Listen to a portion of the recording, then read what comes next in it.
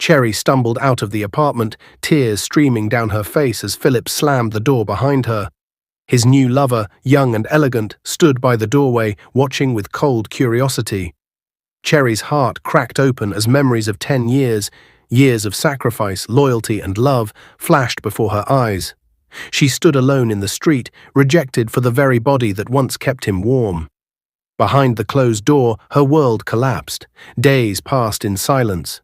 Cherry locked herself inside her dim apartment, the shadows becoming her only companions. Her heart carried the weight of betrayal.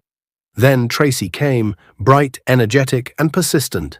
She pulled Cherry back into the light, guiding her to a small eatery, hoping fresh air would touch her wounded soul.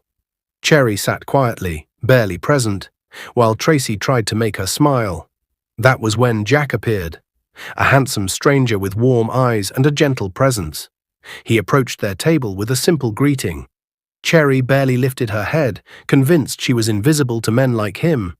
Tracy nudged her, softly reminding her that life hadn't ended. And so it began. Jack didn't try to replace her pain with empty words. Instead, he became the calm in her storm. Day by day, he walked with her through the darkness, helping her breathe again, helping her believe again.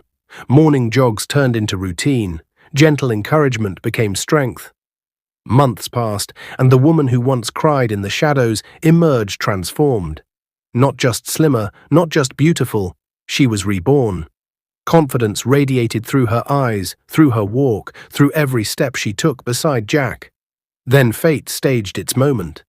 At a busy shopping mall, Cherry and Jack turned a corner, and there stood Philip. His smile faded, his breath caught. His eyes widened at the breathtaking woman standing before him. The curves, the glow, the confidence, everything he claimed she could never become. Cherry didn't freeze. She didn't flinch. She stood tall, her hand lightly linked with Jack's.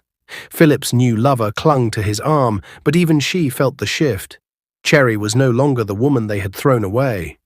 Philip's regret was silent, yet loud in his eyes. Cherry walked past him without a word. She wasn't his anymore. She wasn't broken anymore. She had healed. She had transformed.